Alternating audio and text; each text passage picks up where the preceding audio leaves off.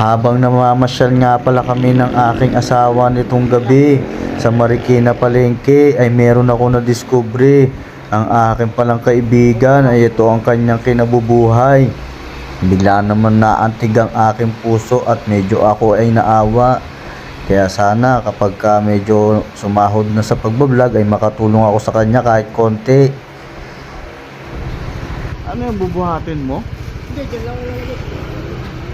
Ha? Kailan eh? Kailan eh? Ano yung paano mo bilahin yan? Hindi, lagi ko dito. Bukas. Bubuhatin mo.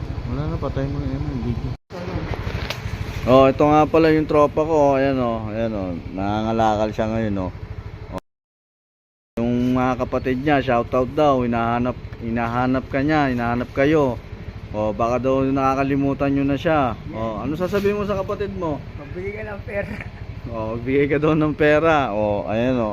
Yan yung kalakal niya, hirap na hirap siya buhatin oh. Oh, mamaya tutulungan namin siya buhatin niya, kami nagbebenta, pero syempre dapat hati kami dalawa, di ba, Manoy? Oh, umoo ha, tandaan nyo ha. Oh. Sabihin mo, panawagan ka sa kapatid mo. Oh, kamusta na kayo dyan, Tol? Oh. Tol, kamusta na kayo dyan, Tol? Kamusta ko kayo dyan? Ano, padala nyo. Nananawagan ako. Oh, baka Bigyan nyo lang kahit oh, bigyan nyo daw siya kahit pangkain lang. Yung mga kapatid niyang nakakaluwag-luwag daw dyan oh. Oh, shoutout daw. Oh, ayan oh, yan yung kalakal niya oh. Oh. Sana may makatulong dito sa kaibigan ko nito, mabait to. Tsaka matulungin. Oh. Dali. Oh, sabi mo sa kapatid mo.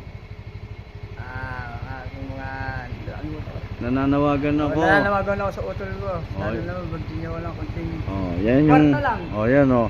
Ano, talagang smiling face lang talaga tong kaibigan namin na to. Oh. Pagod ako mag-vlog eh. Oh, yan. Oh. Hindi, isipin mo ako muna hita. Oh.